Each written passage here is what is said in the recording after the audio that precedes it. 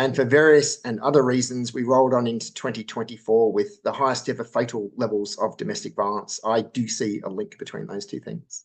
Yeah, no, and I couldn't have said any better, mate. You did, right? It's obvious to those that know and those that have experienced that, the direct link of male suicides is, without a question of a doubt, family court rulings. So, all right, next one, mate. Have you witnessed judicial officers making parenting decisions based on gendered stereotypes rather than evidence or actual child welfare principles? And if so, would you be able to share an example? Let me just start by saying that what I talk about today is not my personal opinion from my personal experiences. It's my professional opinion. Okay. So just to give some credibility to that, I've been in law and justice for 25 years. I have a law degree, which was completed on academic scholarship with an academic award. I've also got 2 relevant degrees. I have a master's in IT and a degree in earth sciences.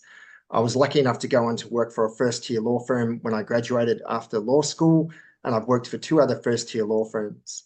I've also worked for state and federal justice agencies. I've worked with victims of crime for 12 years. I've been involved in the family court in various ways for 11 years. I was a principal of a family law firm in my jurisdiction also.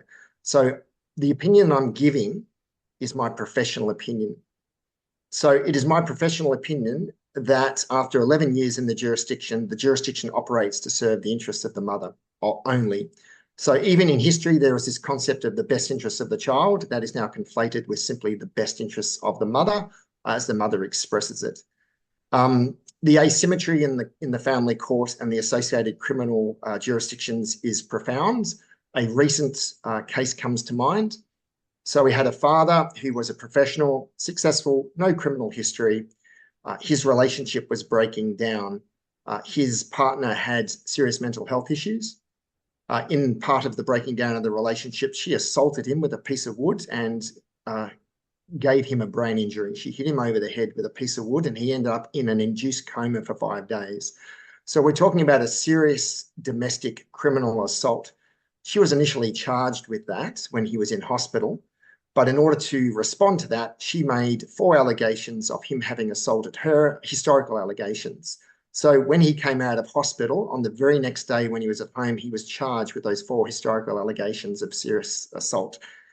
Now, as a result of that process, he spent horrifying time in incarceration while waiting to be granted bail. He was assaulted within the system. It's befuddling to me what he went through and how he managed to prevail. Eventually, 3 of those charges were thrown out and the 4th didn't succeed. So they were all nonsense and they weren't valid.